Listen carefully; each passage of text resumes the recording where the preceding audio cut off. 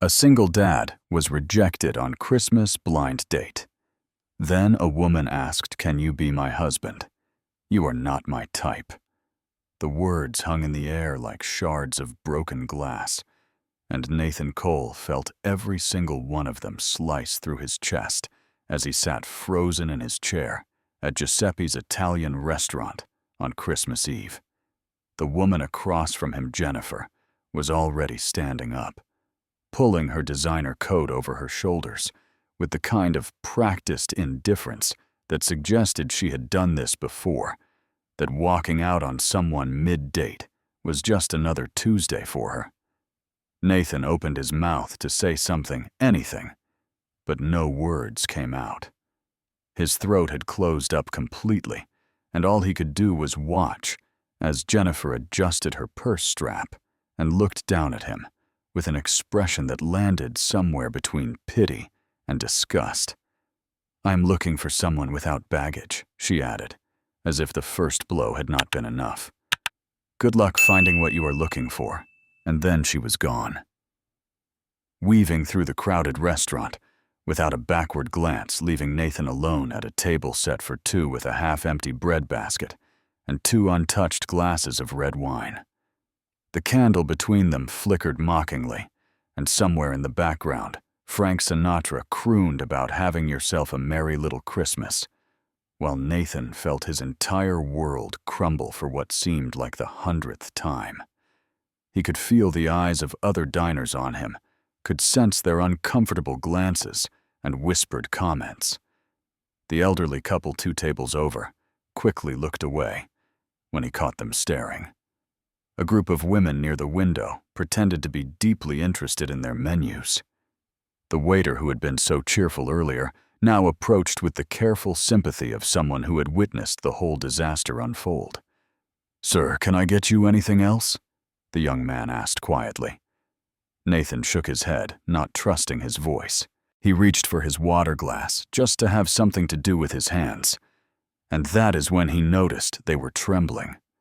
37 years old, a grown man with a responsible job, and a daughter he loved more than life itself. And here he was, shaking like a leaf because another woman had decided he was not worth her time. The restaurant was beautiful. He had to admit that much.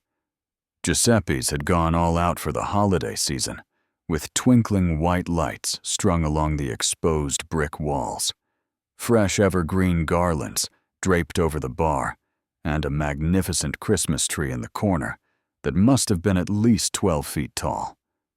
The air smelled like garlic and Pinot and expensive wine, and every table seemed to be filled with happy couples and families celebrating the season together.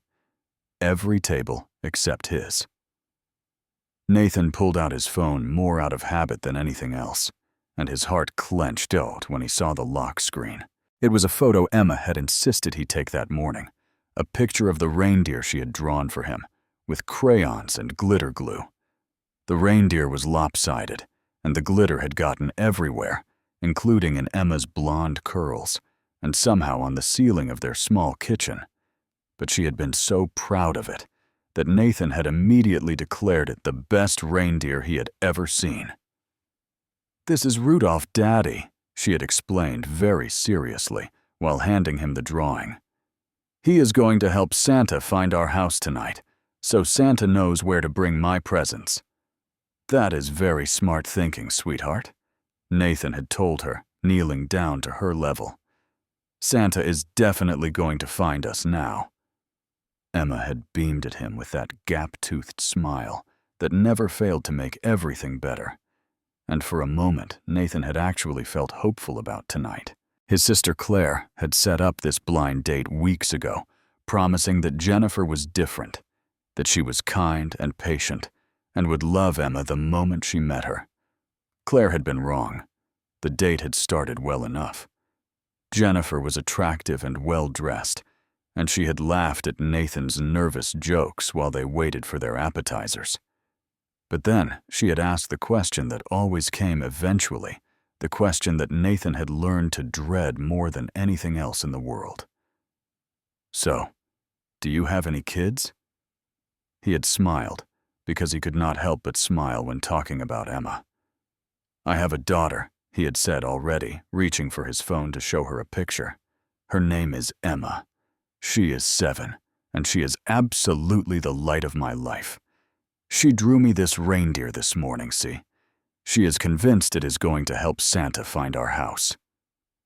Nathan had expected Jennifer to laugh, maybe to comment on how cute the drawing was, or ask more questions about Emma.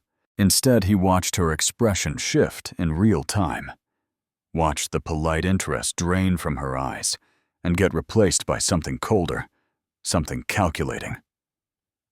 "Oh," Jennifer had said flatly, "you have a daughter." "Yeah, she is amazing. You would love her.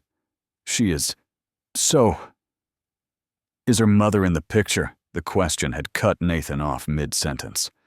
"No," he had said quietly. "My wife passed away 6 years ago. It has just been me and Emma since then." Jennifer had nodded slowly, and Nathan could practically see the mental calculations happening behind her eyes. Single father, full custody, dead wife, baggage. "I see," she had said, and the temperature at the table had dropped by about 20 degrees. The rest of the dinner had been painful. Jennifer had given one-word answers to his questions, checked her phone repeatedly, and barely touched her food. Nathan had known it was over before the entrees even arrived, but he had held on to hope anyway, because hope was all he had left after 6 years of this exact same pattern playing out over and over again.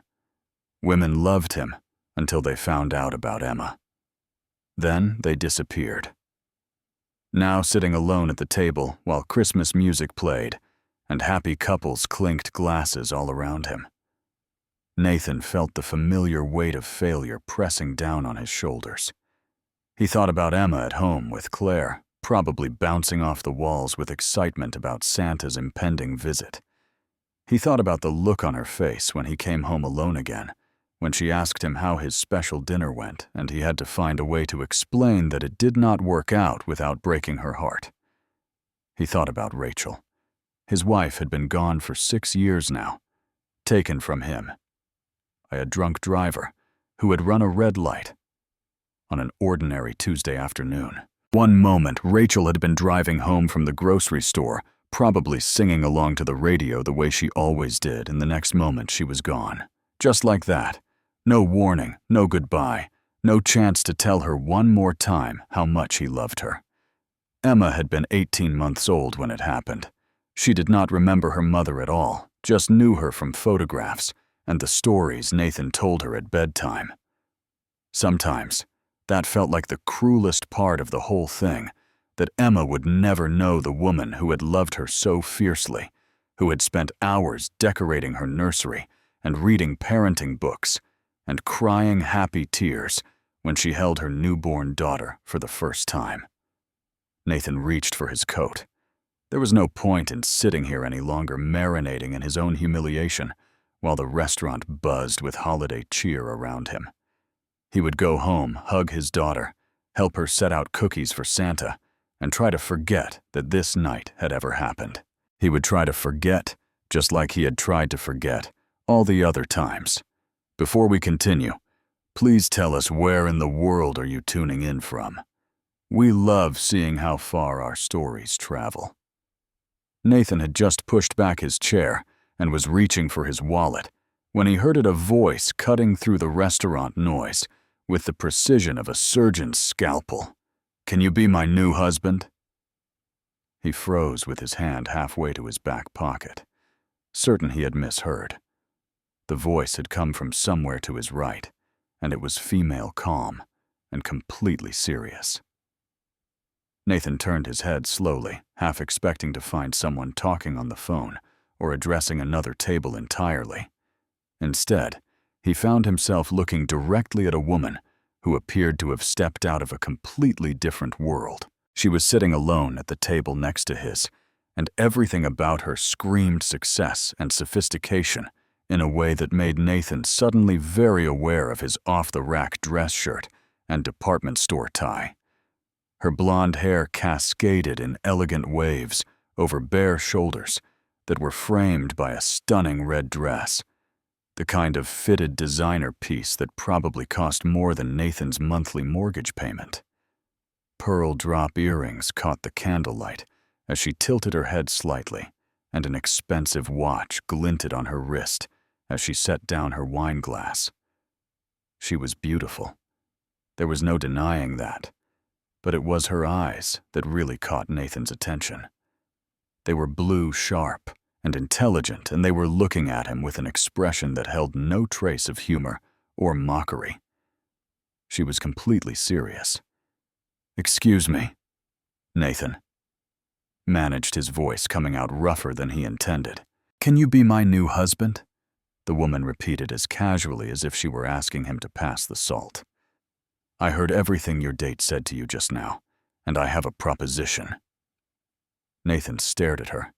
His brain seemed to have short-circuited completely, unable to process what was happening. He had just been publicly humiliated by one woman, and now another woman. A stranger, a beautiful stranger in a red dress, was asking him to marry her. "You are insane," he said. Because it was the only response that made any sense. Probably the woman agreed, and there was something almost like a smile playing at the corners of her lips. "But I am also very alone, and based on what I just witnessed, so are you." The words hit Nathan harder than they should have, maybe because they were true. He had been alone for 6 years, ever since Rachel died. He had tried dating, tried putting himself out there, tried to believe that maybe there was someone else out there who could love him and Emma the way Rachel had. But every attempt had ended the same way, with rejection and disappointment, and the growing certainty that he was destined to spend the rest of his life alone. "Sit down," the woman said, gesturing to the chair across from her. "Let me buy you dinner and explain what I mean." "I already had dinner," Nathan pointed out, even as his feet carried him toward her table against his better judgment. There was something about this woman, something in her voice that was not pity or condescension. She just sounded tired, like she understood exactly what he was feeling, because she had felt it herself. "Then let me buy you a drink," she amended, as Nathan lowered himself into the chair across from her. "My name is Victoria Hayes, and I promise I am not completely crazy. Just partially." Nathan almost laughed despite himself. Nathan Cole. And I reserve the right to disagree about the crazy part. Victoria signaled the waiter and ordered a bottle of wine without asking Nathan what he wanted, which should have been presumptuous, but somehow felt efficient instead. When the waiter left, she folded her hands on the table and regarded Nathan with those sharp blue eyes. "Let me tell you a story," Victoria said. "For the past 3 years, my family has been pressuring me to get married. Every holiday dinner, every family gathering, they parade eligible men in front of me, like I'm supposed to pick one off a shelf. Investment bankers, lawyers, the sons of my father's business partners, men who look perfect on paper and are absolutely soulless in person." Nathan said nothing, just watched her as she spoke. "Every man I have dated has only wanted 2 things. Victoria continued, her voice flat and matter-of-fact. "My money or my connections. I built my company from nothing. Started it in my garage 10 years ago with a used laptop and a dream that everyone told me was stupid. Now I have over 200 employees and a corner office with a view of the city. And suddenly, everyone wants a piece of what I have built. Men who would not have looked twice at me a decade ago now fall all over themselves to take me to dinner." The waiter returned with the wine, and Victoria picked up her glass but did not drink. She just held it, staring at the deep red liquid, like it held answers to questions she had not asked yet. "I want a family," she said quietly. And something in her voice shifted, became more vulnerable. A real family. Not a transaction, not a business arrangement disguised as a marriage. Just people who actually care about each other. Nathan understood that ache, that longing for something whole. He had felt it every single day since Rachel died, that desperate need for connection and belonging that never seemed to get satisfied no matter how hard he tried. "Why me?" he asked. "You do not know anything about me." "I know you have a daughter," Victoria said, and Nathan's heart skipped a beat. "I heard you talking about her before your date showed up. You said she drew you a picture of a reindeer this morning, and your entire face lit up when you mentioned her. You love her. Anyone with eyes can see that." Nathan thought about Emma's lopsided reindeer drawing currently displayed on their refrigerator at home with half a dozen magnets holding it in place. "She is everything to me," he said honestly. Victoria nodded, and then she said something that made Nathan's breath catch in his chest. "I cannot have children." The words came out flat, emotionless, like she had said them so many times that they no longer carried any weight. But Nathan could see the pain underneath, could see the way her fingers tightened slightly around her wine glass medical condition. Victoria continued, "Irreversible. When I told my ex-fiancé, he called off our wedding, said he wanted a real family, and I could not give him that." Nathan felt anger flare in his chest on her behalf. "That is horrible."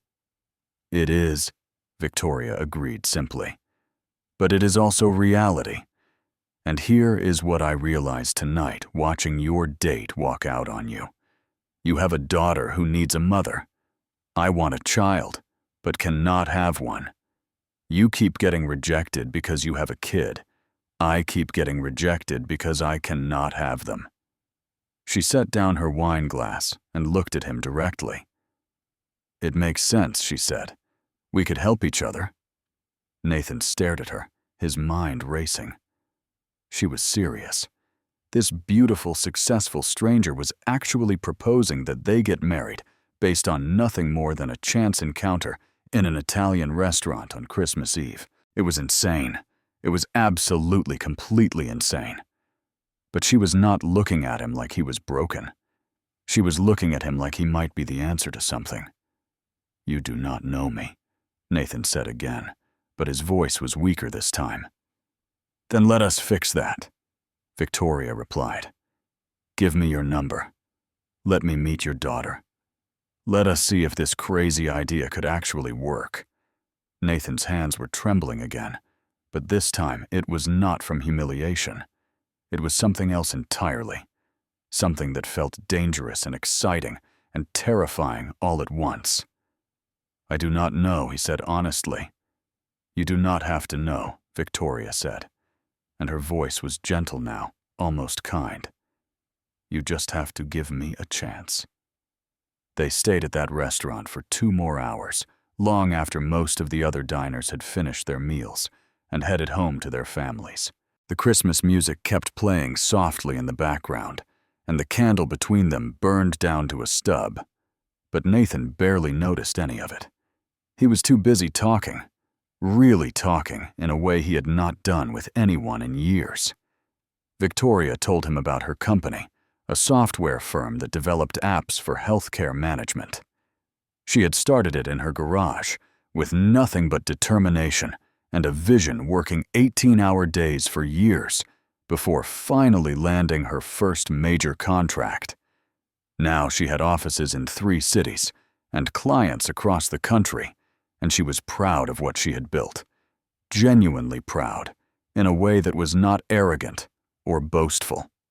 Nathan told her about Emma, about how she loved drawing more than anything in the world, how she filled sketchbook after sketchbook with pictures of animals and flowers and imaginary creatures, about how she hated broccoli with a passion that bordered on theatrical, complete with dramatic gagging sounds whenever it appeared on her plate.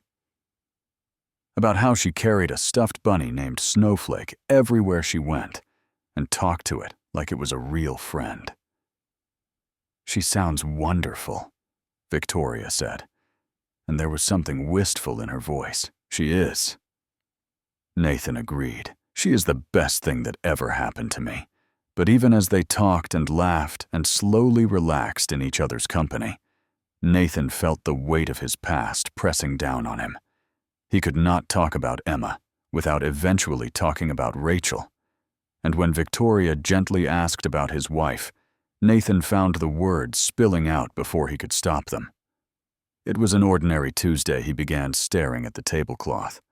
"I was at work, reviewing spreadsheets, doing the same thing I did every day."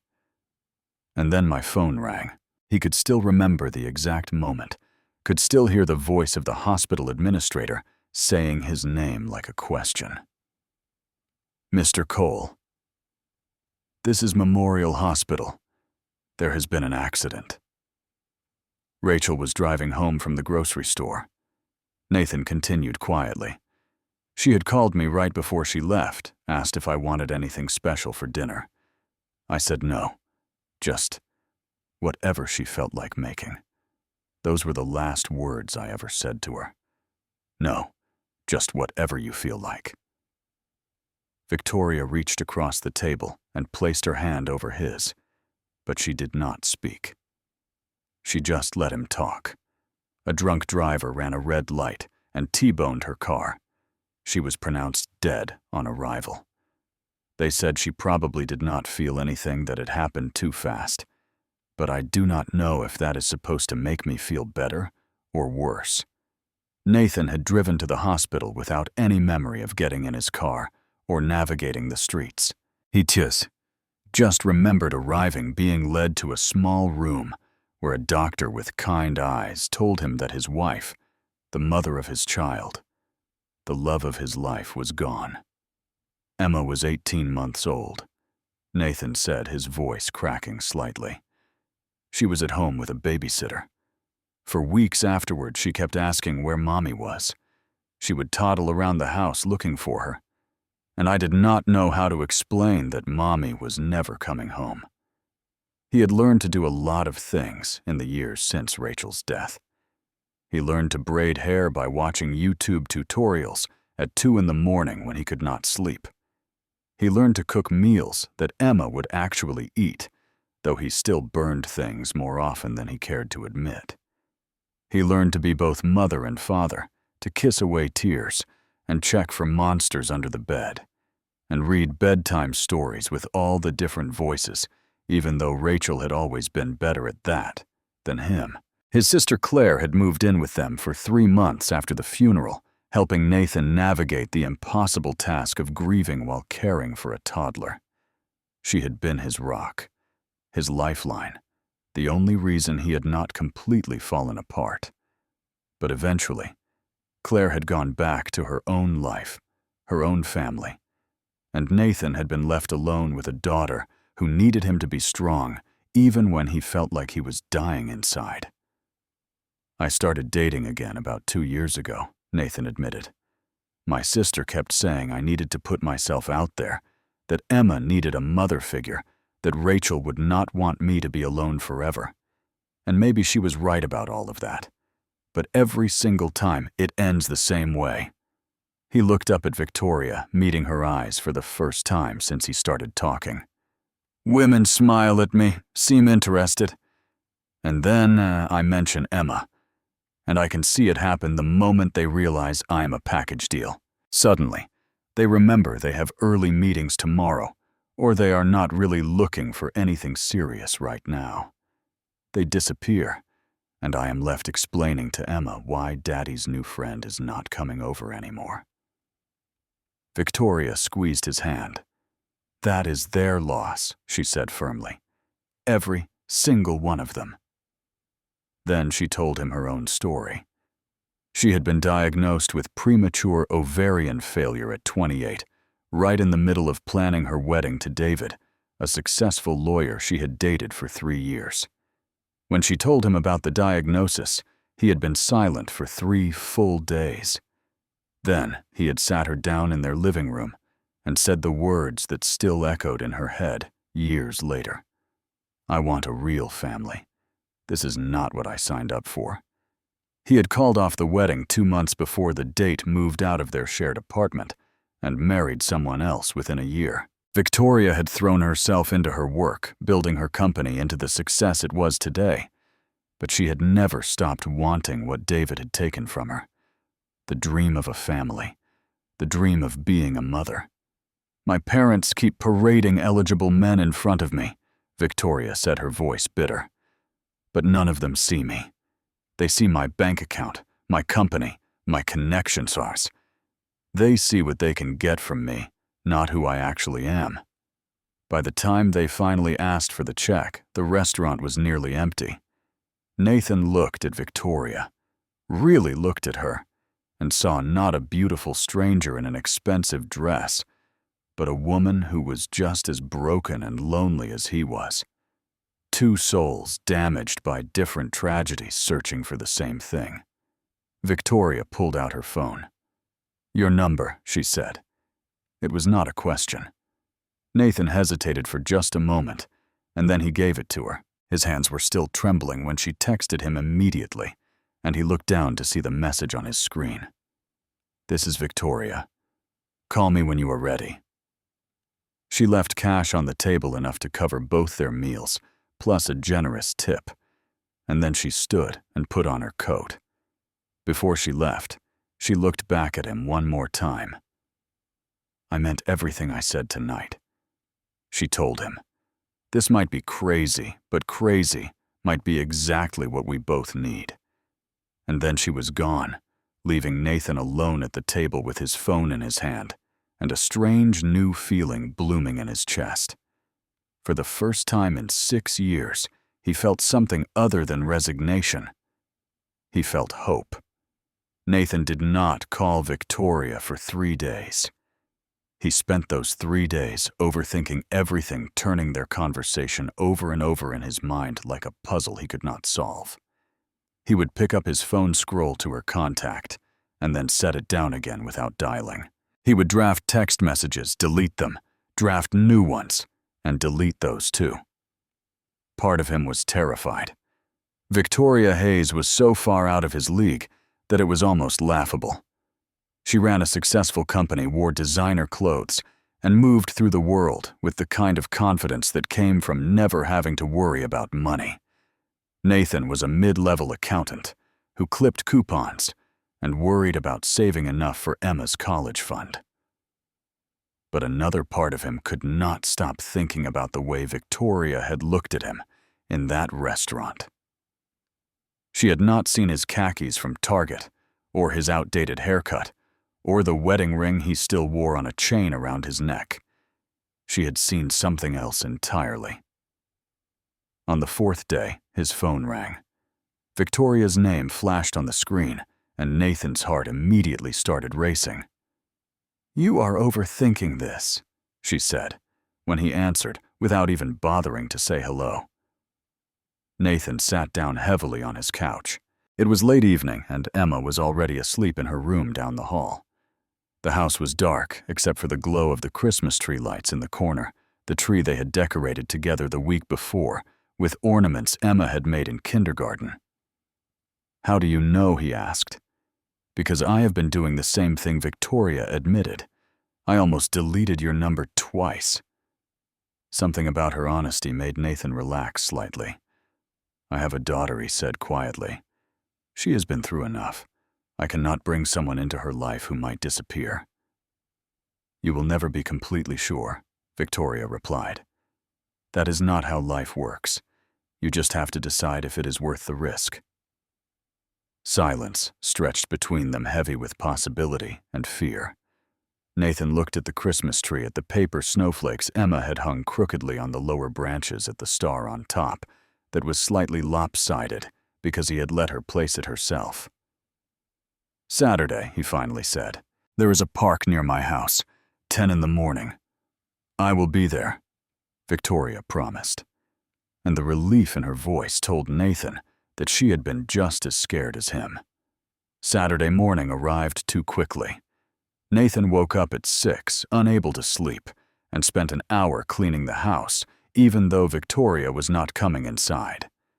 Then he made Emma her favorite breakfast chocolate chip pancakes with whipped cream and tried to figure out how to explain what was happening.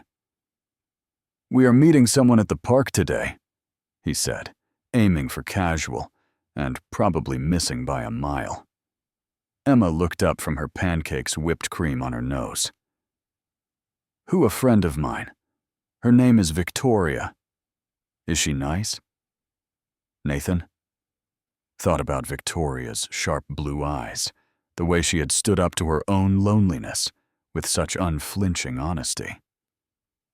"I think so," he said, "but I want you to help me figure that out." Emma nodded seriously, as if she understood the weight of the task she had been given. "Okay, Daddy, I will help." Victoria arrived at the park exactly on time, which should not have surprised Nathan, but somehow did. She looked different than she had at the restaurant, less like a CEO and more like a person. She was wearing jeans and a soft cream-colored sweater, and her blonde hair was down instead of carefully styled. She looked beautiful, Nathan realized, but in a more approachable way. She also looked terrified. "Hi," Victoria said, and her voice was slightly breathless.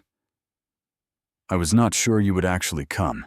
I almost did not," Nathan admitted. "But someone told me I was overthinking things." Victoria's laugh was nervous but genuine. Smart person. Emma had been hiding behind Nathan's leg, peeking out at Victoria with curious eyes. Now she stepped forward slightly, still clutching her stuffed bunny snowflake.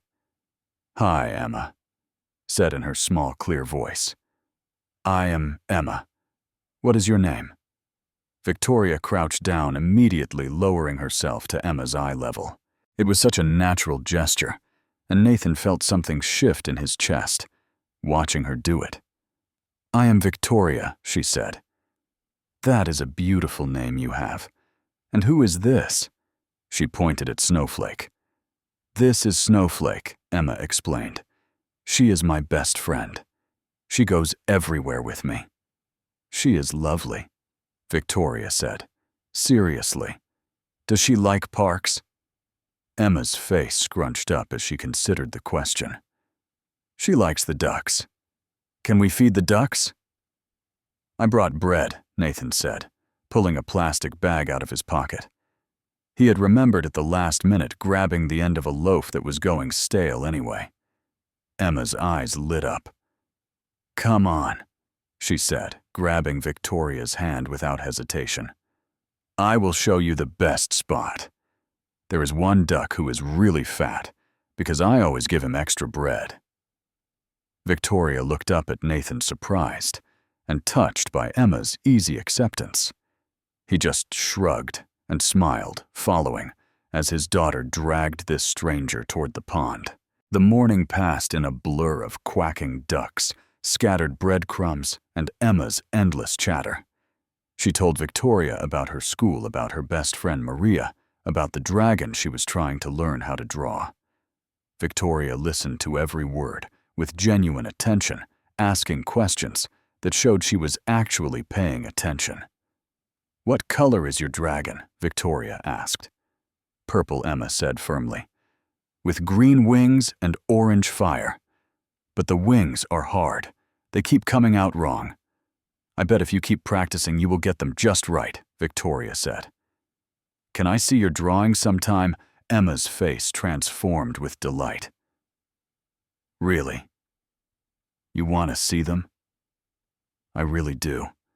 When the bread ran out, and Emma started bouncing toward the playground, Nathan found himself walking beside Victoria in companionable silence. "Thank you for coming," he said quietly. "Thank you for inviting me," Victoria replied. "She is wonderful, Nathan. Truly." "I know." He watched Emma climb the playground structure, her blonde curls bouncing. "She is the best thing about me." They stayed at the park for another hour until Emma declared herself hungry and ready for lunch. Nathan had intended to say goodbye then, to take things slowly, to not rush into anything. But then Emma asked the question, that changed everything. "Can Victoria come see my room?" Emma asked, tugging on Nathan's hand. "I want to show her my drawings." Nathan looked at Victoria, who was looking at Emma with an expression he could not quite read. "That is up to Victoria," he said. "I would love to," Victoria said softly. "If that is okay with your dad." And so Victoria Hayes, CEO and millionaire, ended up sitting on the floor of a 7-year-old's bedroom in a modest house in a middle-class neighborhood, surrounded by crayon drawings and glitter glue projects and a menagerie of stuffed animals. Emma's room was an explosion of color and creativity. Drawings covered every surface taped to the walls and spread across her desk and even pinned to her curtains. There were animals and flowers and imaginary creatures, dragons and unicorns, and something that might have been a dinosaur with butterfly wings. "Wow," Victoria breathed, looking around. "You did all of these?" "Yeah," Emma said proudly. "Daddy says I am an artist. Your daddy is right."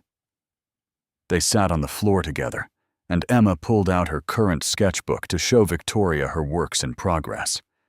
Victoria admired each one, seriously offering praise and asking questions and treating Emma's art like it actually mattered. Then Victoria asked if she could draw something too. Nathan watched from the doorway as Victoria picked up a crayon and attempted to draw a rabbit. The result was lopsided and lumpy and looked more like a deformed potato than any animal Nathan had ever seen. Emma studied it with the critical eye of a 7-year-old art expert. Then she burst out laughing. "That is the silliest rabbit I ever saw."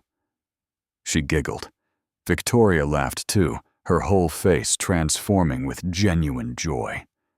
"I never said I was good at drawing. Maybe you could teach me." "Okay," Emma agreed. "First you have to make the ears longer, and the nose smaller, and the body should be more round like this." When Victoria finally left that afternoon, Emma hugged her goodbye without being prompted. "Can she come back?" Emma asked after Victoria's car disappeared around the corner. Nathan looked down at his daughter at the hope shining in her eyes. "Do you want her to?" "Yeah," Emma said. "She is nice, and she needs to practice her rabbits." Something in Nathan's chest expanded warm and bright. "Then I will ask her to come back." Victoria came back the next Saturday, and the Saturday after that, and the one after that. It became their routine, these weekend visits that started at the park or the playground and usually ended at Nathan's house with Emma showing off her latest drawings. Nathan found himself looking forward to Saturdays in a way he had not looked forward to anything in years, counting down the days until he would see Victoria again. But it was not just about him. It was about watching Victoria and Emma together, about seeing the bond that was forming between them with every passing week. Victoria learned Emma's routines and preferences without being told. She knew that Emma liked her sandwiches cut into triangles, not squares. She knew that Emma was scared of thunder and needed someone to hold her hand when storms rolled through. She knew that Emma's favorite color was purple, and her favorite animal was a penguin, and her favorite movie was about a princess who could control ice and snow. One Saturday afternoon, Emma got sick. It was just a stomach bug. Nothing serious. But Nathan had called Victoria to cancel their plans. An hour later, Victoria showed up at his door anyway. "You did not have to come," Nathan said. Surprised, "I wanted to," Victoria replied simply. "How is she miserable? But she will be okay." Victoria followed him inside, and they found Emma curled up on the couch under a blanket looking small and pale. She brightened slightly when she saw Victoria. "Hi, Emma," said weakly. "I am sick." I heard Victoria said, kneeling beside the couch. "Can I do anything to help?" What followed was an afternoon that Nathan would remember for the rest of his life. Victoria, who had probably never cared for a sick child in her life, sat beside Emma and held her hand. She learned how to check a temperature and give medicine. When Emma threw up, Victoria held her hair back without flinching, then helped her rinse her mouth and get settled back on the couch. "You are good at this," Emma mumbled sleepily as the medicine started to kick in. "I am learning," Victoria said softly. "From you and your daddy." Emma's eyes drifted closed, and she fell asleep with her hand still wrapped around Victoria's finger. Victoria looked up at Nathan, and there were tears in her eyes. "I have never done this before," she whispered. "Taken care of someone when they were sick." "You are doing great," Nathan told her honestly. "I always thought I would be terrible at it. That is what David said, that I was too focused on work to ever be a good mother." But sitting here with her, Victoria's voice trailed off. Nathan sat down on the armrest of the couch close enough to touch Victoria's shoulder. "He was wrong about you. You can see that, right?" Victoria did not answer, but she did not need to. The tears sliding down her cheeks said everything.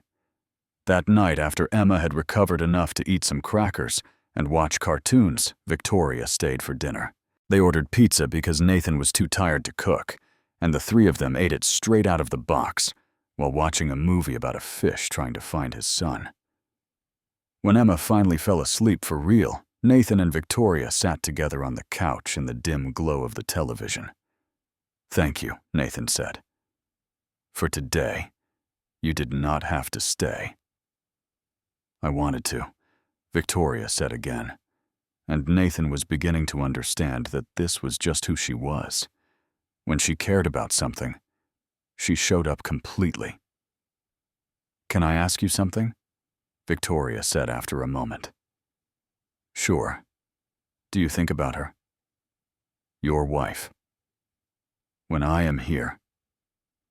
Nathan was quiet for a long time. It was a question he had been asking himself for weeks, and he still was not sure of the answer.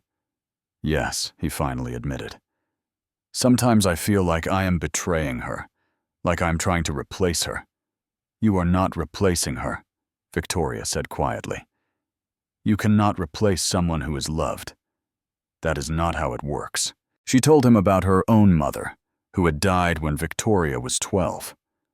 Her father had eventually remarried, and Victoria had struggled with it, at first feeling like her stepmother was trying to take her mother's place.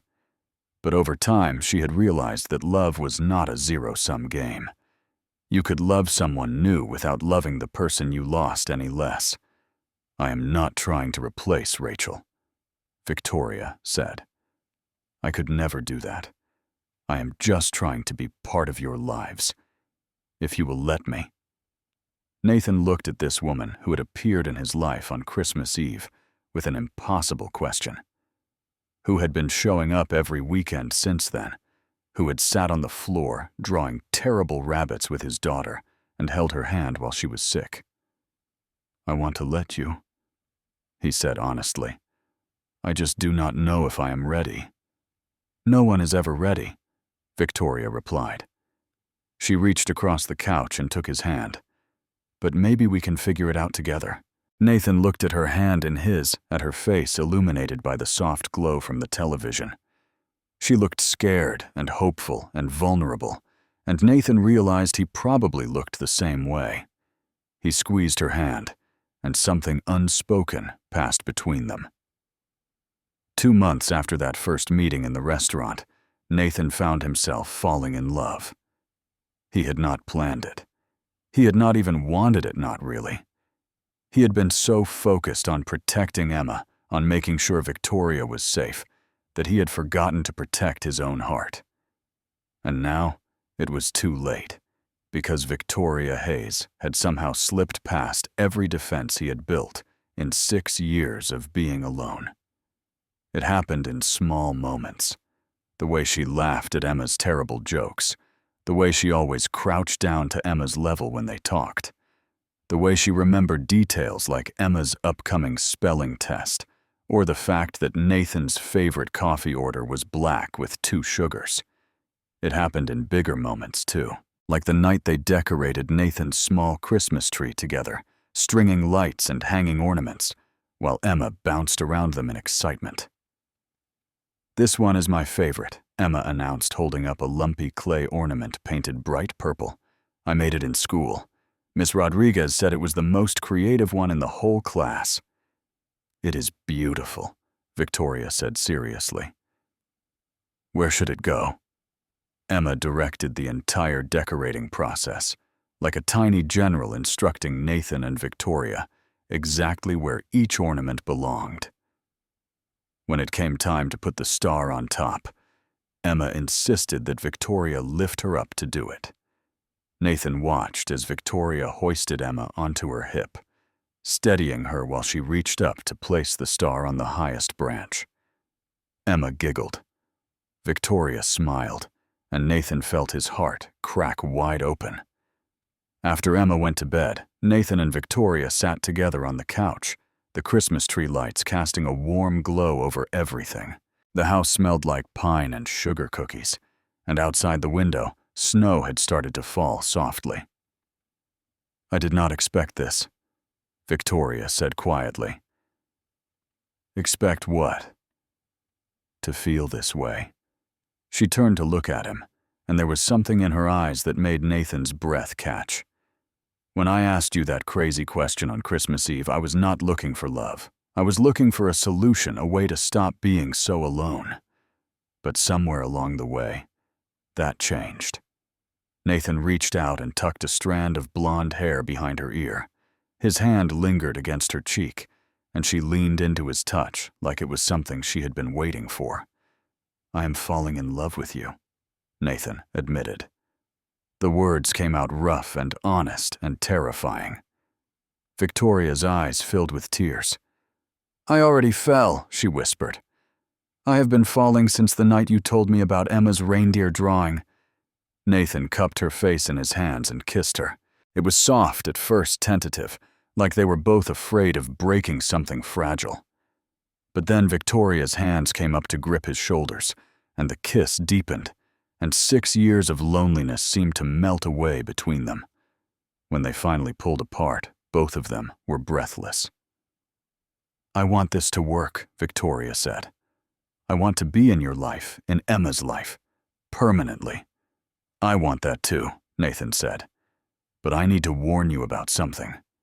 Victoria's expression shifted to concern. "What?" "My cooking is terrible. Emma has been surviving on pizza and burnt chicken nuggets for years. If you are going to be part of this family, you might want to learn to cook." Victoria laughed, a surprised and delighted sound. "I think I can manage that." The following weeks were filled with new discoveries. Nathan learned that Victoria was ticklish behind her ears, and that she snored slightly when she was really tired. He learned that she worked too hard and forgot to eat lunch, and needed someone to remind her to take breaks. He learned that beneath all that CEO confidence was a woman who was just as scared and vulnerable as he was. Victoria learned that Nathan kept Rachel's wedding ring on a chain around his neck, that he still talked to her sometimes when he was alone, that he cried in the shower when the grief got to be too much.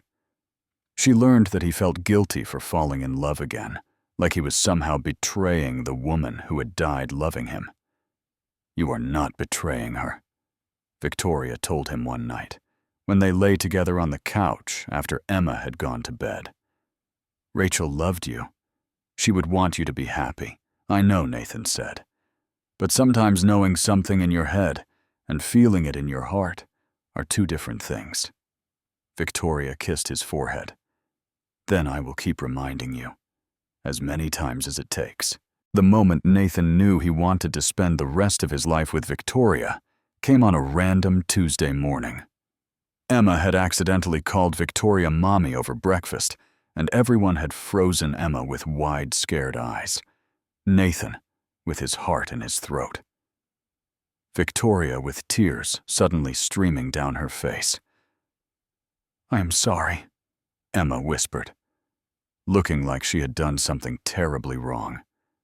I did not mean to. I know you are not my mommy. My mommy is in heaven. Victoria was on her knees beside Emma's chair before the child could finish her sentence. Hey, Victoria said softly, taking Emma's small hands in hers. You did not do anything wrong. I promise. But I called you the wrong name. It is not the wrong name if it feels right to you. Victoria's voice was thick with emotion. You can call me whatever makes you comfortable. I'm not trying to replace your mommy. No one could ever do that. But I love you, Emma. And if you want to call me mommy, sometimes that would make me very happy. Emma threw her arms around Victoria's neck. I love you too, she mumbled against Victoria's shoulder. And I like having you here. Nathan stood in the kitchen doorway watching the two of them embrace, and he knew with absolute certainty that this was what he wanted. This was what Rachel would have wanted for him and Emma, not for them to be alone forever, but to find someone who could love them as completely as she had. That night, after Emma was asleep, Nathan and Victoria sat on the porch and talked about the future. I want to be in your lives permanently, Victoria said again. But you need to know that my family is going to be a problem. What do you mean? Victoria sighed, and some of the light went out of her eyes. My parents have certain expectations. They will not understand this at first. They will probably try to talk me out of it. Because of me? Nathan asked. Because of everything. The fact that we met in a restaurant. The fact that you are not from their world. The fact that Emma is not biologically mine. Victoria shook her head. They're going to say I am making a mistake. Nathan took her hand. Are you? No. Victoria's voice was firm. This is the first thing in my life that has felt completely right. But I need you to be prepared for some difficult conversations. I can handle difficult conversations, Nathan said, as long as you are beside me. Victoria leaned her head against his shoulder. I am not going anywhere. Have you ever taken a chance on something that seemed impossible? Sometimes the biggest risks lead to the greatest rewards. But Nathan and Victoria were about to face their biggest test yet. Keep watching to see what happens next. Victoria's parents wanted to meet Nathan. She told him about the invitation one evening in late February, her voice careful and controlled, in a way that immediately put Nathan on edge. They were sitting at his kitchen table after dinner. Emma having just gone to her room to work on her latest drawing, and Victoria was staring at her wine glass like it held all the answers to questions she was afraid to ask. It is time, Victoria said. They have been asking about you for weeks. I cannot put them off any longer. Nathan's stomach dropped. He had known this was coming, had been dreading it since Victoria first mentioned her parents' expectations all those weeks ago. But knowing something is coming and actually facing it are two very different things. Are you sure? He asked. No, Victoria admitted. But we cannot avoid them forever. What have you told them about me? Victoria's jaw tightened slightly. That I am seeing someone. That it is serious. Nathan noticed what she had not said. You did not mention Emma. I wanted them to meet you both first, to see how good this is before they start judging. Victoria reached across the table and took his hand. It will be fine. Once they see us together, they will understand. But something in her voice suggested she did not quite believe that herself. The dinner was scheduled for Friday night at Victoria's parents' house. Nathan spent the entire week alternating between nervous preparation and outright panic. He bought a new shirt because he could not afford a new suit, and he helped Emma pick out her best dress, a purple one with sparkles, that she had worn exactly twice because Nathan usually forgot about special occasions until the last minute. "Are these the people who are Victoria's mommy and daddy?" Emma asked as Nathan helped her with her hair on Friday evening. "That is right," Nathan said, trying to keep his voice calm. "They want to meet us. Are they nice?" Nathan hesitated. "I do not know them yet, but I am sure they will be." It was a lie, and Nathan knew it even as he said it. Victoria had told him enough about her parents for him to understand that nice was not a word that applied to Richard and Margaret Hayes. They were wealthy, powerful, and had very specific ideas about what kind of person their daughter should marry. An accountant with a 7-year-old from a previous marriage was probably not what they had in mind. The drive to Victoria's parents' house took them through neighborhoods that got progressively more expensive with every turn. By the time Nathan pulled up to the address Victoria had given him, Emma's face was pressed against the car window in amazement. "Is this a castle?" she breathed. It was not a castle, but it was close enough.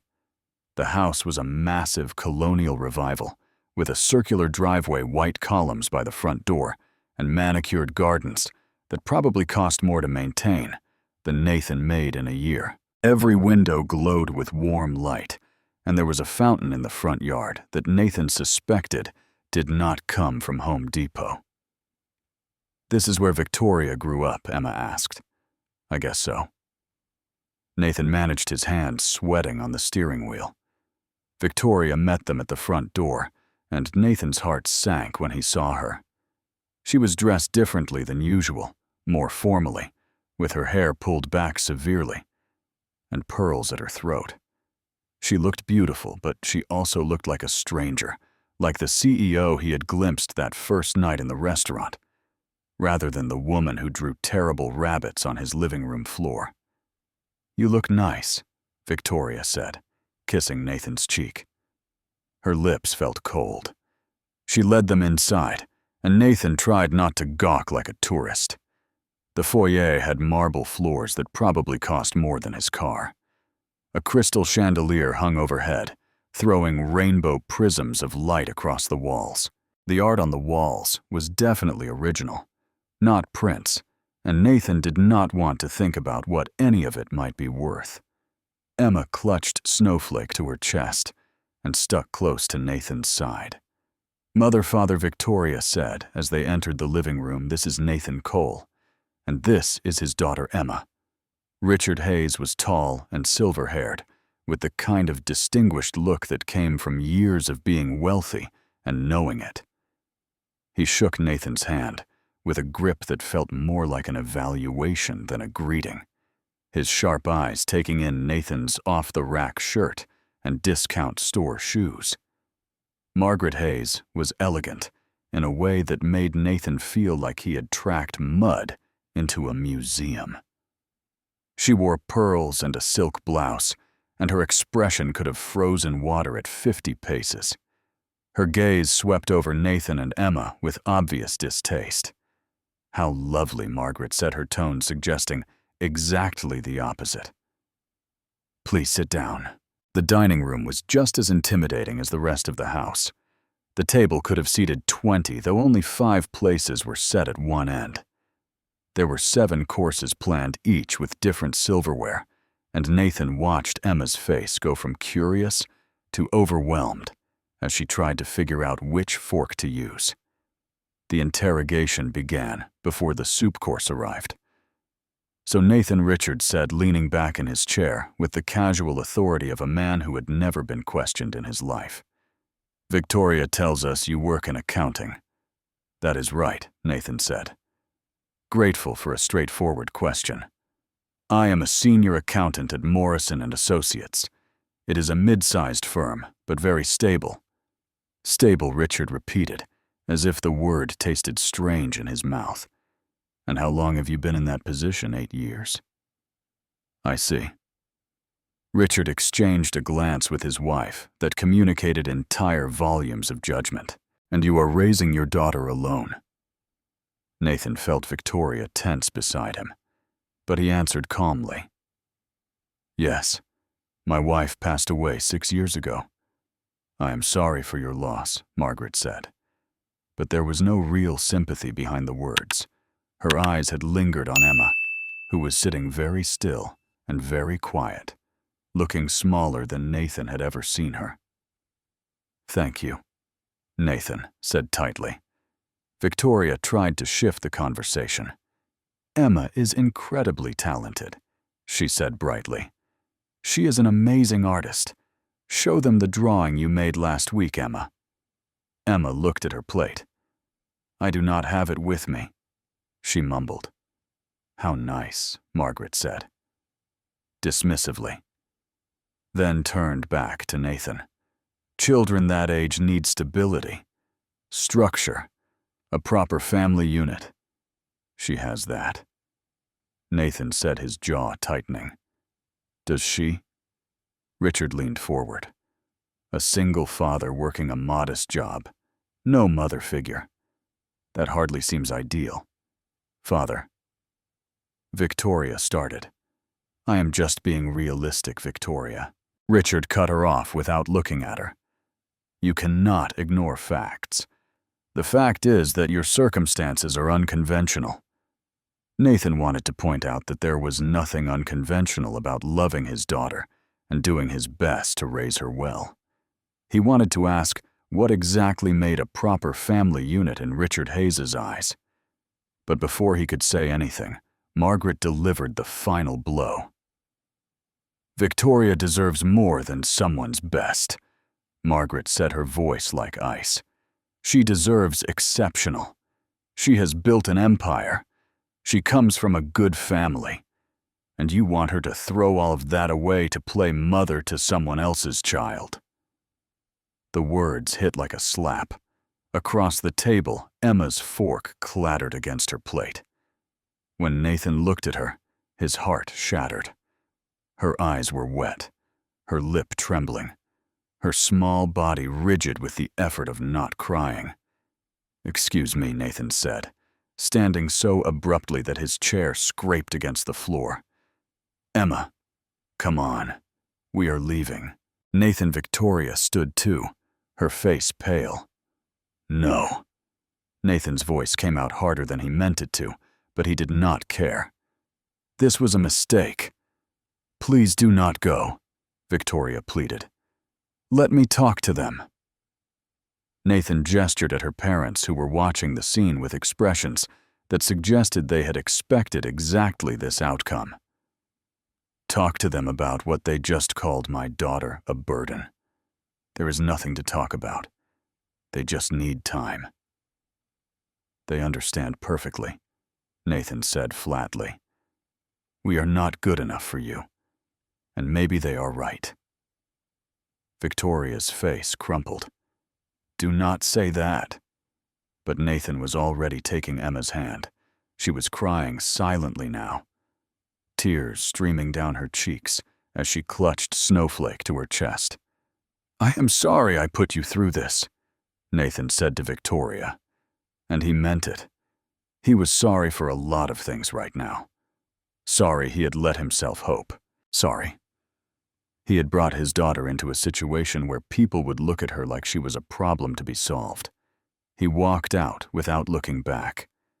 In the car, Emma sobbed the whole way home. They hate me, she cried. They think I am bad. They do not hate you, Nathan said. But the words felt hollow. They just do not know you.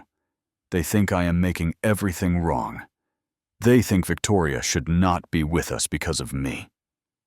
Nathan's hands tightened on the steering wheel until his knuckles went white. He had no idea what to say. Everything he could think of felt like a lie.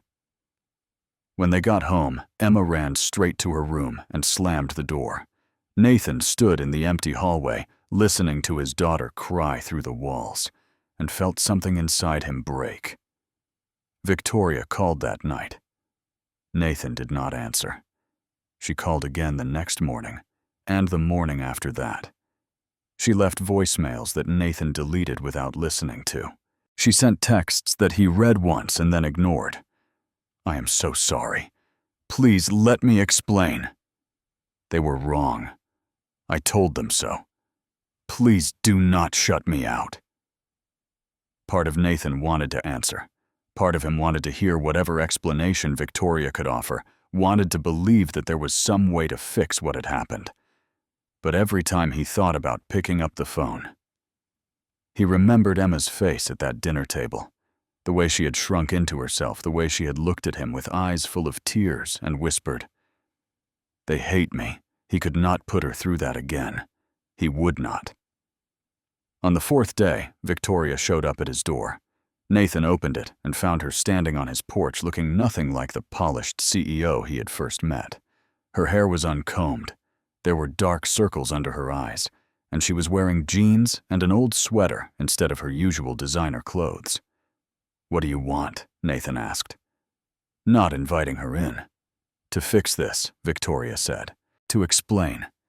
To beg if I have to. You cannot fix this." "Yes, I can." Victoria's voice cracked. "I talked to my parents. I told them they were completely out of line. I told them if they ever speak to you or Emma like that again, they will never see me again." Nathan shook his head. "An apology will not change what they think. They made it very clear how they feel about us." "They were wrong." "Were they?" Nathan's voice rose despite himself. "Look at us, Victoria. You live in penthouses. I rent a 3-bedroom house in a neighborhood your parents probably would not drive through. You run a company worth millions.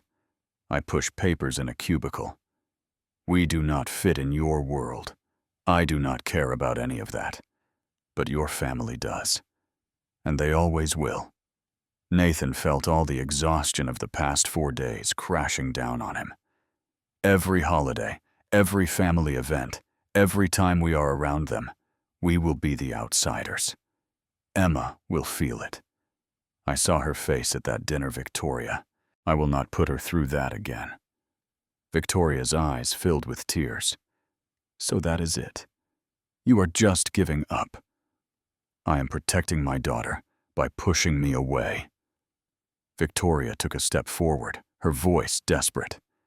"Nathan, I love Emma. I love you. Does that not matter? Does that not count for anything?" "It is not enough," Nathan said, and the words cost him more than he could say. Love is not enough when the world keeps telling a 7-year-old that she is not wanted. "My parents are not the world, they are your world." Nathan's voice was flat, exhausted. "And I will not subject Emma to a lifetime of feeling like she does not belong. I will not let her grow up in a family where she is treated like she is less than." Victoria stared at him, tears streaming down her face. "So, you are choosing for her? You are not even going to ask what she wants. She is 7. She does not understand. She understands more than you think." Victoria wiped her eyes with the back of her hand. "She understands that someone cares about her, and you are taking that away because you are scared. I am being realistic. You are being a coward." The word hung in the air between them, harsh and unforgiving. Nathan felt it land like a physical blow, felt it burrow into his chest, where it would sit and fester for days. "Get out," he said quietly. "Nathan, get out of my house. We are done." Victoria stared at him for one long, terrible moment. Then she turned and walked away, without another word. Nathan closed the door and leaned against it, his whole body trembling. He heard Victoria's car start, heard it pull away from the curb and disappear down the street. He had done the right thing. He had protected Emma from a lifetime of judgment and rejection. He had done what any good father would do. Then why did it feel like he had just made the biggest mistake of his life? From upstairs, Nathan heard Emma's door open. She must have been listening, must have heard the entire conversation through the thin walls of their small house. Her footsteps came slowly down the stairs, and Nathan turned to see her standing on the bottom step, clutching Snowflake to her chest with both arms. Her eyes were red. She had been crying again. "Is Victoria gone?" Emma asked in a small voice. Nathan's throat closed up. "Yeah, sweetheart. Forever." The word hit Nathan like a punch to the gut. "Yeah," he managed. "Probably." Emma's face crumpled, and fresh tears spilled down her cheeks. "But I do not want her to go." "I know, baby." Nathan took a step toward her. "But it is complicated."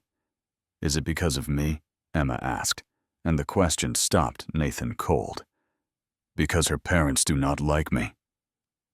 "No, sweetheart, it is not." "Yes, it is." Emma's voice rose to something close to a shout, and Nathan realized with a shock that it was the first time she had ever yelled at him.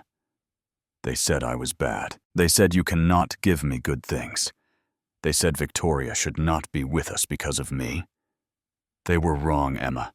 They were wrong about everything." "Then why did you let them win?" Emma screamed. The tears were flowing freely now, her small body shaking with the force of her sobs. "Why did you make Victoria leave? She was nice to me. She made me happy. And you sent her away. I was trying to protect you. I do not want protection." Emma was crying so hard now that she could barely get the words out. "I want Victoria. I want her to come back. I want her to be my mom." The word echoed through the empty house, and Nathan felt his heart shatter into a million pieces. Emma turned and ran back upstairs. Her door slammed so hard the whole house seemed to shake. Nathan stood frozen in the hallway, unable to move, unable to think. He had wanted to protect Emma from rejection, from feeling unwanted, from the pain of loving someone who belonged to a world that would never accept her. Instead, he had taken away the one person who had made her feel whole. Instead, he had taught her that she was the reason good things could not happen. He had become the thing he was trying to protect her from. The next 3 days were the longest of Nathan's life. Emma barely spoke to him. She responded to questions with single words or shrugs. She picked at her food. She spent hours in her room with the door closed. But the worst part, the thing that finally broke Nathan completely, was when she stopped drawing. Nathan walked past Emma's room on the 3rd night and glanced through the open door. Her art supplies were sitting exactly where they had been since before the dinner at Victoria's parents' house. Crayons lined up in their box, sketchbooks stacked on her desk, everything clean and organized and completely untouched. Emma, who drew every single day without fail, who filled sketchbook after sketchbook with her creations, who saw the world as a canvas waiting to be covered in color. Emma had stopped drawing. That was when Nathan knew how badly he had messed up. He sat alone in the living room that night, staring at Rachel's photograph on the mantel. It was his favorite picture of her taken on their wedding day. She was laughing at something, her whole face lit up with joy, and Nathan had always loved the way you could see her happiness radiating out of the frame. "What would you do?" he whispered to the photograph. "What would you tell me?" But Rachel could not answer. She had been gone for 6 years, and no amount of staring at photographs would bring her back. Nathan thought about the kind of woman Rachel had been. Fierce, strong, unafraid to fight for what she believed in. She had stood up to bullies, challenged injustice, never backed down from a confrontation when she knew she was right. If Rachel had been at that dinner, she would not have quietly walked out. She would have told Richard and Margaret Hayes exactly what she thought of their judgment. She would have defended Nathan. And Emma with everything she had. She would have chosen love over fear. She would have been brave. And what had Nathan done? He had run. He had let fear make his decisions. He had failed. Emma failed Victoria, failed himself. He had failed Rachel too, in a way. Failed to be the man she had married. Failed to show their daughter what it meant to fight for the people you loved. But maybe it was not too late. If this scene made you angry, you are not alone. No child should ever be made to feel unwanted. But Nathan was about to learn that the biggest mistake is not falling down. It is refusing to get back up. Stay with us. On the fourth night, Claire showed up unannounced. Nathan opened the door to find his older sister standing on the porch with a bottle of wine and an expression that suggested she already knew everything. Claire was 40 years old, happily married with 2 kids of her own, and she had been Nathan's rock since the day Rachel died. She was also the only person in the world who could tell Nathan the truth, even when he did not want to hear it. "You look like hell," Claire said by way of greeting. "Thanks, Nathan," muttered, stepping aside to let her in. "Where are the kids? Mike has them. Girls' night out, except we are not going out. We are going to sit on your couch, and you are going to tell me what is going on." Claire set the wine on the coffee table and looked around the house. Where is Emma? Upstairs, avoiding me. And Victoria Nathan did not answer. He just sat down heavily on the couch and stared at the floor. Claire waited. When Nathan did not speak, she opened the wine, poured 2 glasses, and handed one to her brother. Then she sat in the armchair across from him and fixed him with the same look she used to give him when they were kids, and he was about to do something stupid. "Talk," she said. So Nathan talked. He told her everything. The dinner at Victoria's parents' house, the horrible things they had said, the way Emma had cried the whole way home. He told her about Victoria coming over, about the argument they had had about the word coward that still echoed in his head every time he closed his eyes. When he finished, Claire was quiet for a long moment. "You are an idiot," she finally said. "I was trying to protect Emma." From what Claire set down her wine glass with a sharp click. From being happy, Nathan opened his mouth to argue, but Claire was not finished. "Let me tell you what you actually did," she said, her voice fierce. "You just taught your daughter that she is the reason you cannot be happy, that loving her means sacrificing everything else, that she is a burden who makes good things impossible." The words hit Nathan like a physical blow. "That is not what I meant. But that is what she learned." Claire's voice softened slightly. "Nathan, I love you. You are a great father.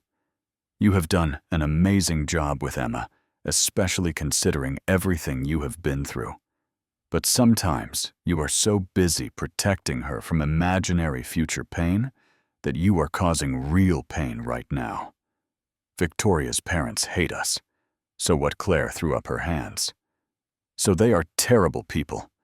That does not mean you have to let them win. You are teaching Emma that when things get hard, you just give up. You are teaching her that love is not worth fighting for." Nathan's hands were shaking. He looked down at the wedding ring hanging around his neck, the gold band that Rachel had slipped on his finger 14 years ago. "What if it does not work?" he asked quietly. "What if I fight for Victoria, and it still falls apart? What if Emma gets even more hurt?" "What if it does work?" Claire countered. "What if you are throwing away the best thing that has happened to you in years because you are too scared to try? What if this is exactly what you and Emma need, and you are going to let a pair of judgmental snobs take it away from you?" Nathan did not have an answer for that. Claire stood up and walked over to Rachel's photograph on the mantel. She picked it up gently, looking at her sister-in-law's smiling face.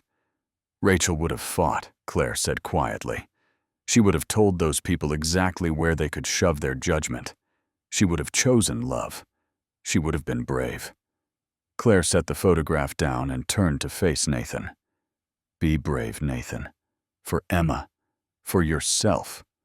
For Victoria." She headed toward the door, then stopped and looked back. "That woman loves you. really loves you, and she loves Emma.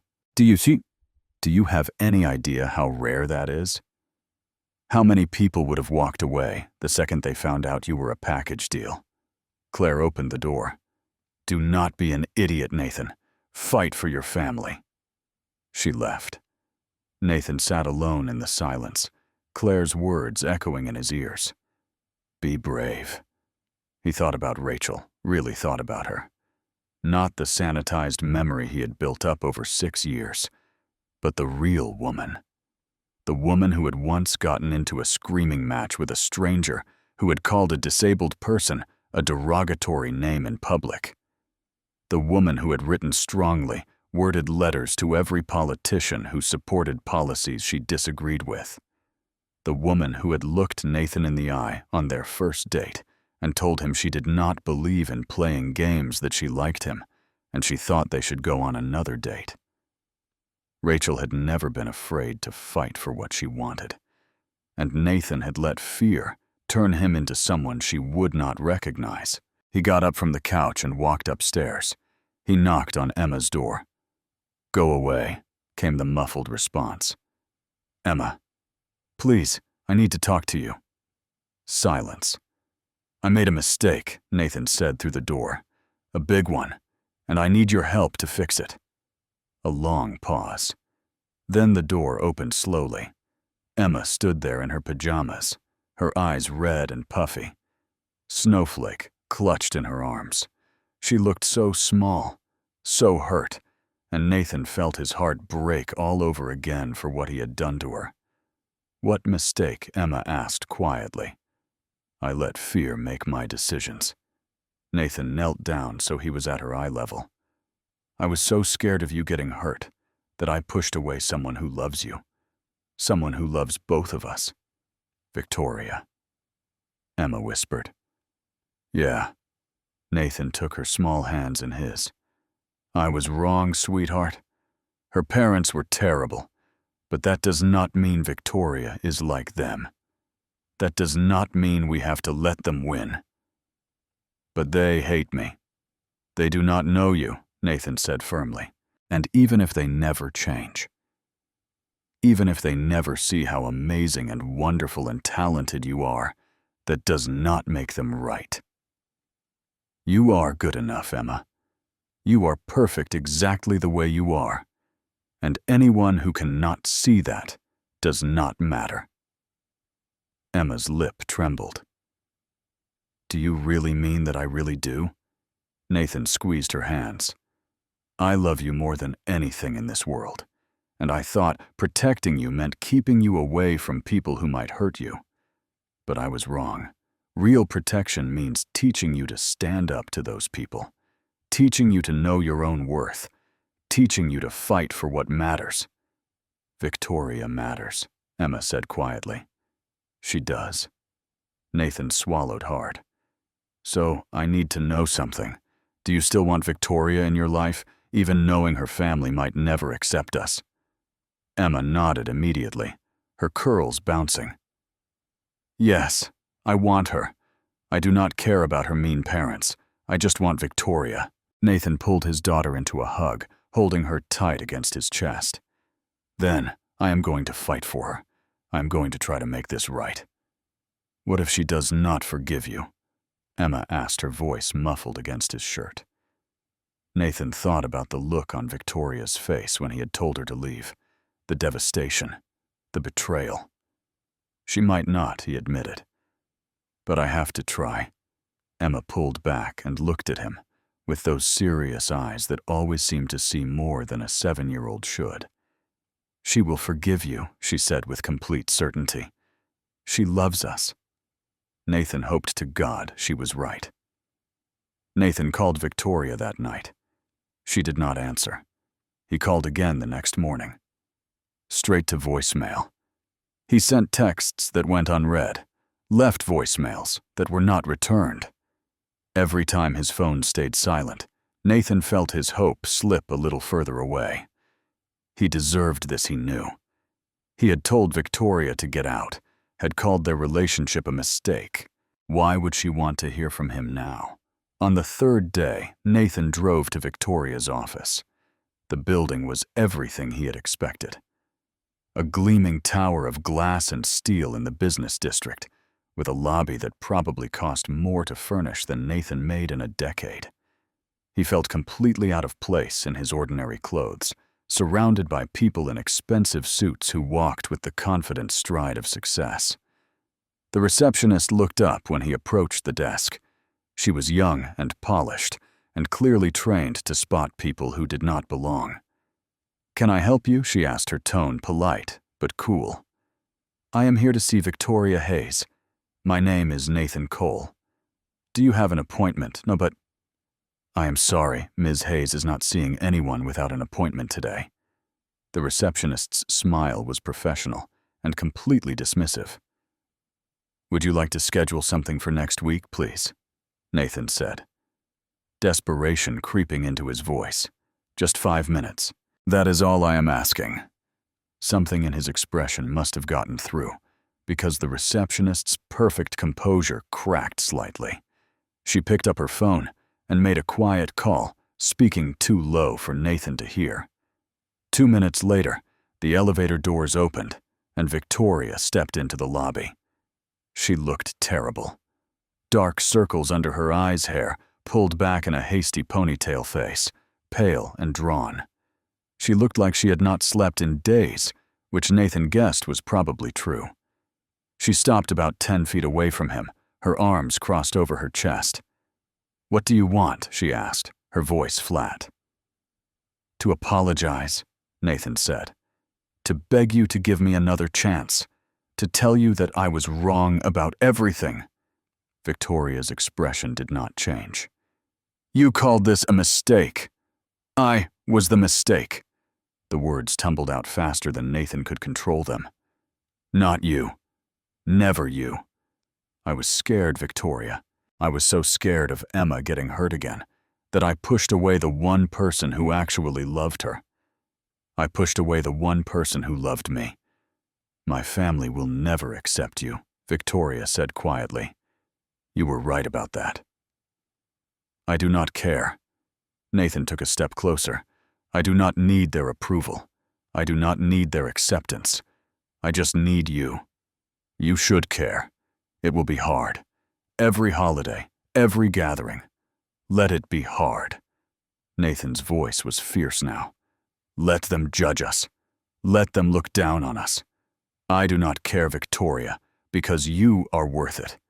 You and Emma together, that is worth any amount of difficulty." Victoria's arms were still crossed, but Nathan could see her resolve wavering.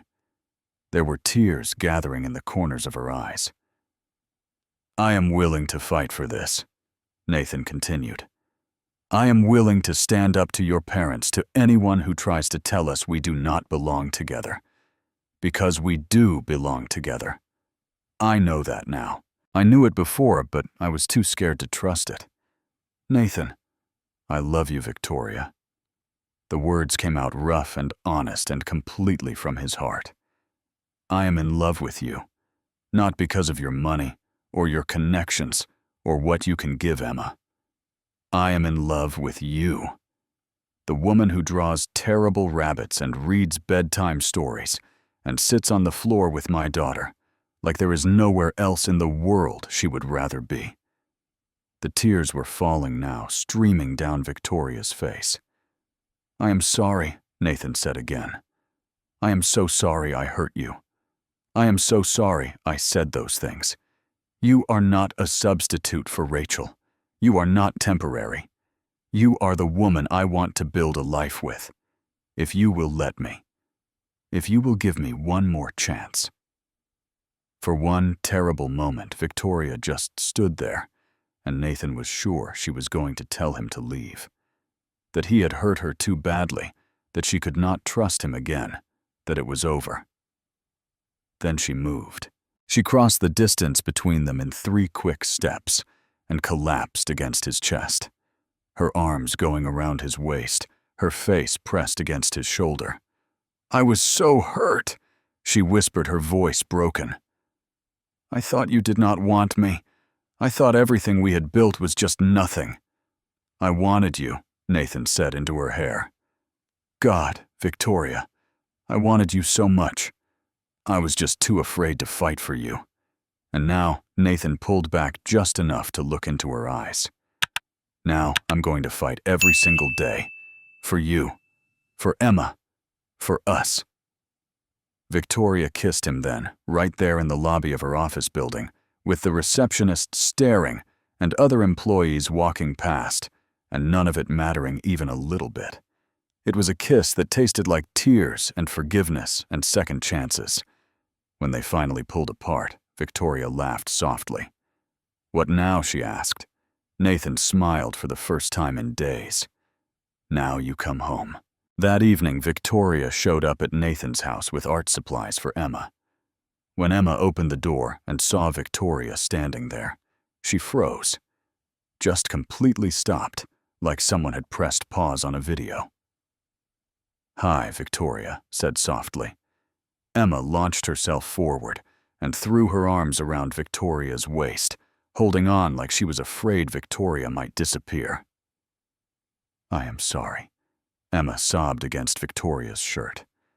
I am sorry your parents do not like me. I will try to be better. I will. Hey. Victoria knelt down and took Emma's face in her hands. You have nothing to be sorry for. Nothing. My parents were wrong. They were so wrong. And I told them that if they ever treat you that way again, they will lose me forever. Emma sniffled. Really, really. Victoria smiled through her own tears. You and your daddy are my family now. The family I choose. And nothing is going to change that. Forever, Emma asked.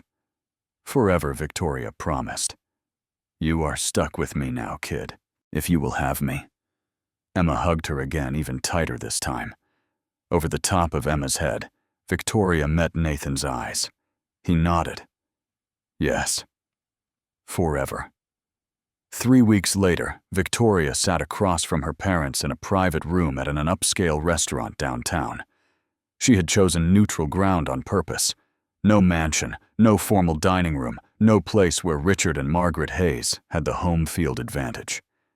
Just a quiet restaurant where they could have a conversation without servants hovering, or crystal chandeliers reminding Victoria of every expectation she had failed to meet. Nathan and Emma were not there. This was a conversation Victoria needed to have alone. Her mother sipped her wine carefully, not meeting Victoria's eyes. Her father cleared his throat with the awkward discomfort of a man who was not used to being summoned by his own daughter. Victoria, Richard said, We have been thinking about what happened at dinner. Perhaps we were a bit harsh. I do not care what you have been thinking, Victoria interrupted. Her voice was calm, but there was steel underneath it. I am here to tell you what I have decided. Her mother's lips thinned. Victoria, I am going to marry Nathan. Victoria watched their faces as she said the words, watched the shock and disapproval flicker across their features. I am going to become Emma's mother. I am going to build a life with them. Victoria, be reasonable. Richard started. I am being more reasonable than I have ever been. Victoria leaned forward. For 35 years, I have tried to be what you wanted. The perfect daughter. The perfect businesswoman. The daughter you could show off to your country club friends. And I was miserable. She thought about the years of lonely holidays, the parade of suitable men who saw her as a prize to be won, rather than a person to be loved. The empty penthouse apartment where she used to sit alone and wonder if this was all her life would ever be. Then I met Nathan and Emma. And for the first time in my life I was happy, really genuinely happy. Her mother set down her wine glass with a sharp click. You barely know this man. He comes from a completely different world. I know he is kind, Victoria cut in. I know he is a devoted father. I know he makes me laugh. I know he looks at me like I am the most important person in the room, not because of my bank account or my company, but because of who I am."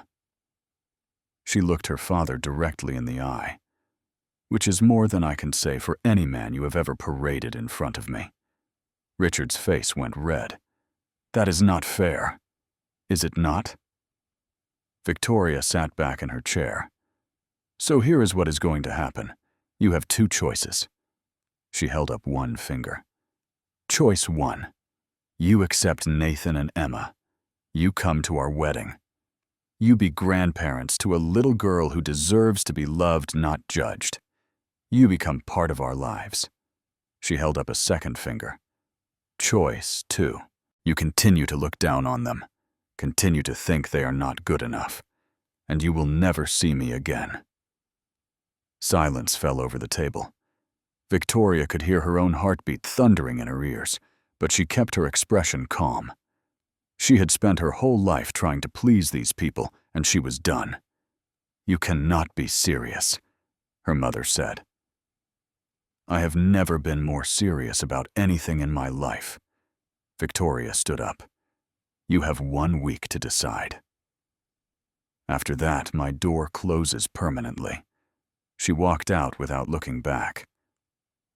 6 days passed in silence. Victoria told herself she was prepared for it.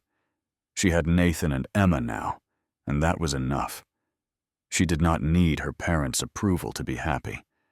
But it still hurt. It hurt more than she wanted to admit.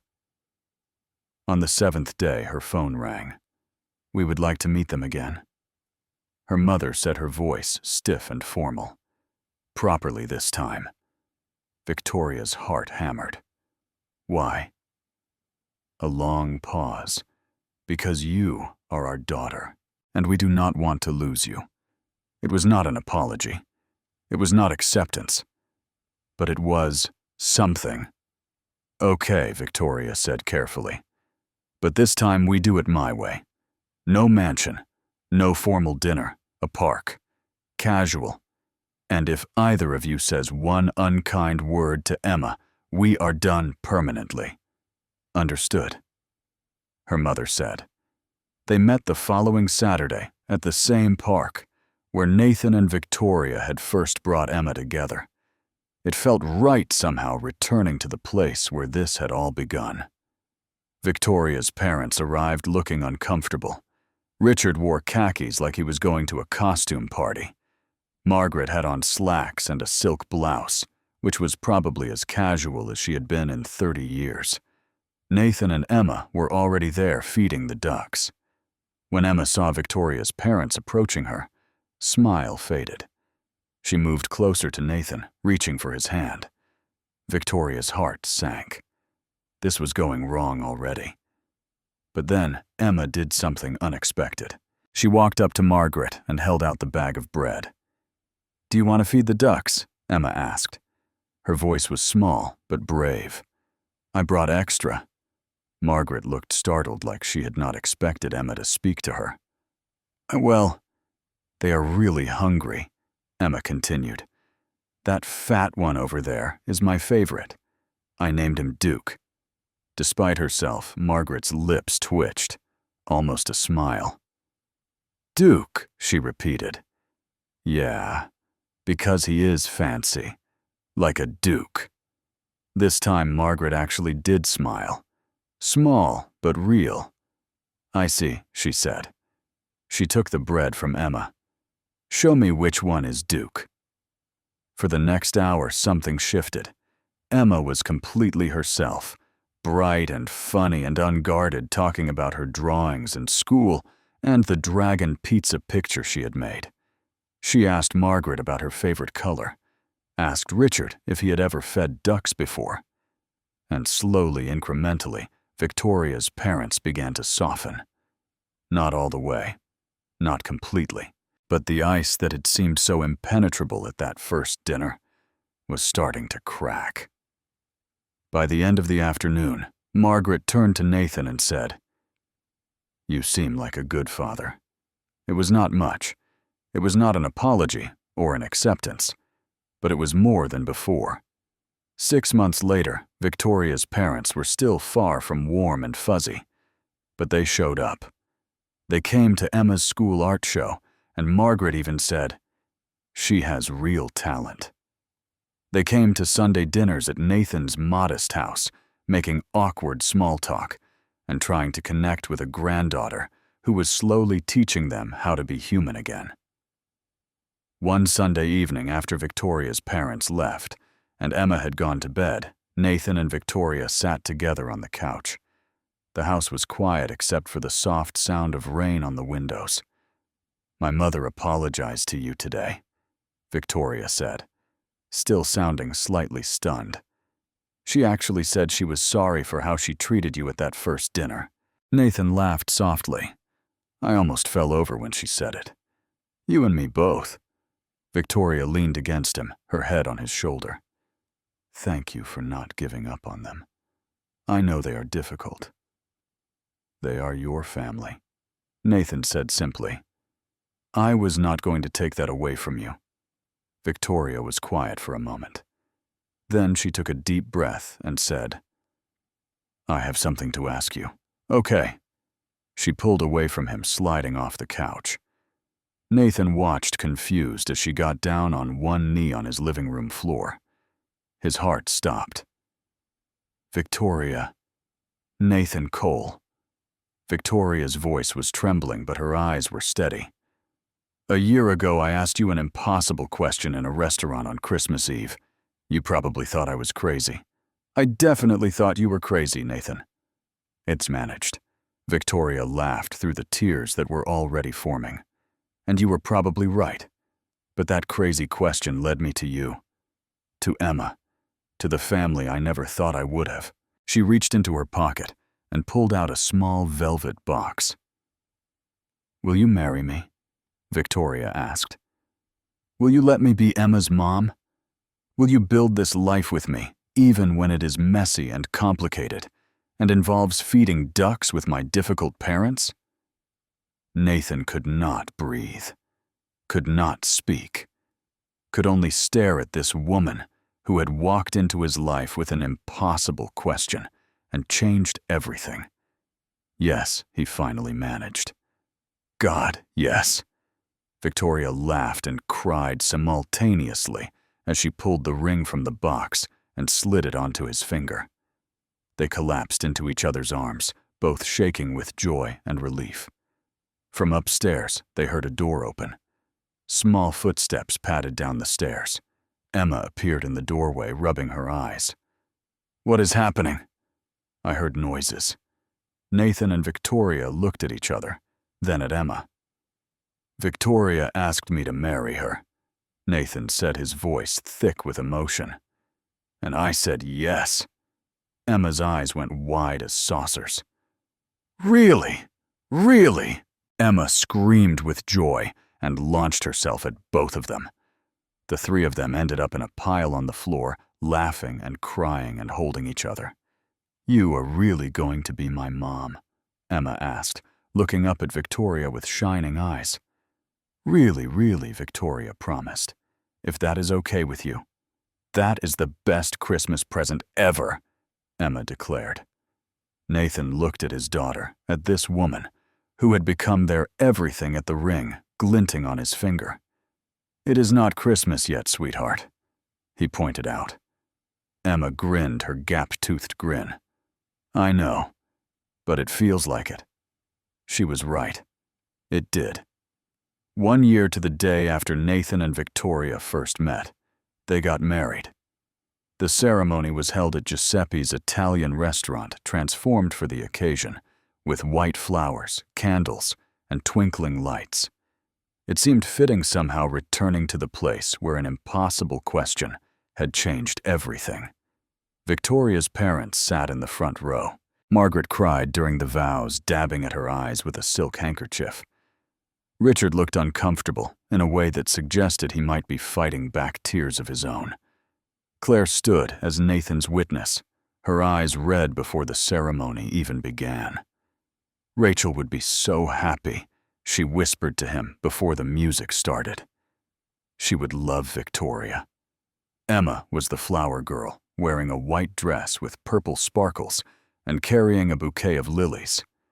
She walked down the aisle with Snowflake tucked under one arm because she had insisted that her best friend needed to be part of the wedding too. When Victoria appeared at the end of the aisle, Nathan forgot how to breathe. She was beautiful, radiant, in a simple white dress that somehow managed to be both elegant and approachable. Her blonde hair was down the way he liked it best, and she was smiling at him with an expression that said she still could not quite believe this was happening. Neither could Nathan. The officiant spoke about love and commitment and second chances, but Nathan barely heard the words. He was too busy looking at Victoria, too busy thinking about the journey that had brought them here. When it came time for their vows, Victoria went first. "Nathan," she said, her voice steady despite the tears streaming down her face. "A year ago I asked a stranger in a restaurant if he could be my husband. I was desperate and lonely, and I had given up on ever finding real love." She squeezed his hands. "Then I met you. And Emma. And you showed me that family is not about blood or money or social status. It is about choosing each other every single day, even when it is hard."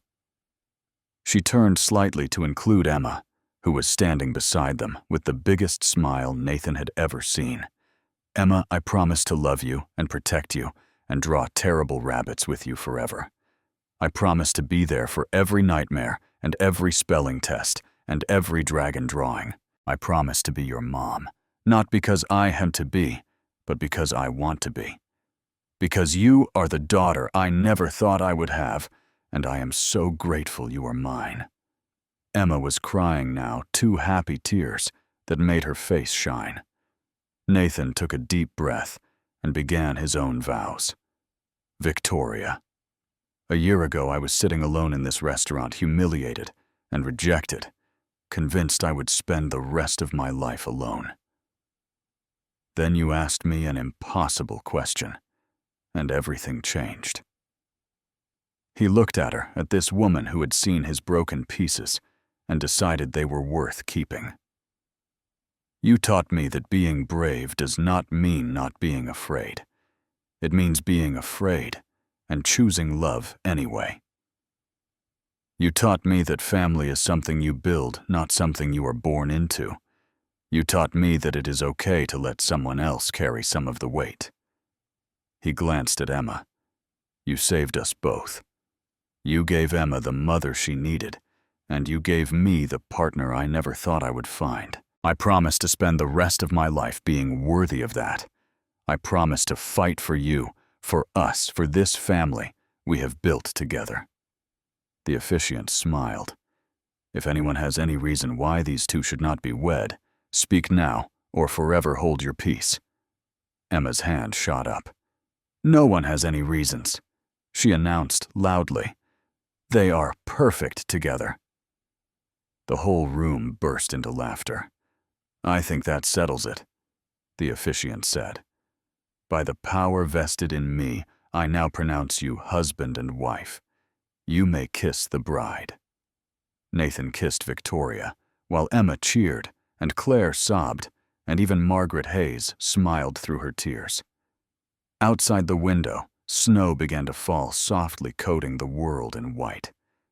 It was Christmas Eve, exactly 1 year since everything had changed, and Nathan knew with absolute certainty that this was exactly where he was meant to be. 2 years later, on another Christmas morning, Nathan woke to the sound of giggling from the kitchen. He lay still for a moment, listening to Emma's voice and Victoria's laughter mixing together in a melody that never failed to make his heart swell. The smell of chocolate chip pancakes drifted through the house, along with the rich aroma of fresh coffee. When he finally made his way to the kitchen, he found his family at the stove. Victoria was wearing his old college sweatshirt, her hair pulled back in a messy ponytail, looking nothing like a CEO, and everything like the woman he loved. Emma, now 9 years old, stood on her step stool beside her, carefully flipping pancakes under Victoria's supervision. "Good morning, sleepyhead Victoria," said, grinning at him. "Emma is making breakfast. I can see that." Nathan leaned against the doorframe, content to just watch them. "Looks like she has gotten better than both of us. She has an excellent teacher," Emma said primly, making both adults laugh. On the refrigerator, held in place by a dozen magnets, was Emma's latest masterpiece, a family portrait done in crayon, showing 3 figures standing under a Christmas tree. At the bottom, in careful handwriting, "Daddy, Mommy, and me." Victoria's parents had continued to soften over the past 2 years. Last Christmas, Margaret had given Emma an expensive art set and spent an hour looking through her sketchbooks with genuine interest. Richard had taught Emma to play chess and had been delighted when she beat him 3 games in a row. They were not perfect grandparents, but they were trying, and that was enough. Nathan thought about the journey that had brought him here, from that terrible blind date to that impossible question, from loneliness and fear to love and family, from a man who had given up on happiness to a husband and father who woke up grateful every single day. "Daddy, look," Emma held up a pancake triumphantly. "Perfect flip. That is amazing, sweetheart." Nathan crossed the kitchen to join them, wrapping his arms around both his girls. "I am so proud of you." Emma beamed. Victoria leaned into him, pressing a kiss to his cheek. And Nathan held them both, this family he had never expected to have, and knew that he was exactly where he belonged. Sometimes, the craziest questions lead to the most beautiful answers. Sometimes, the biggest risks lead to the greatest rewards. And sometimes, if you are brave enough to say yes to the impossible, you find yourself standing in a kitchen on Christmas morning, surrounded by love and laughter and the smell of chocolate chip pancakes, with a heart so full it feels like it might burst. That was Nathan's life now, and he would not change a single thing. Friends, if this story touched your heart, please take a moment to hit that subscribe button and join our channel family. We would love to have you with us for more heartwarming stories just like this one. If you believe in second chances and the power of love, drop a heart in the comments below. And if you know someone who needs a reminder that family is not always about blood, that it is about choosing each other every single day, please share this video with them. Your support means the world to us. Thank you so much for watching, and we will see you in the next story.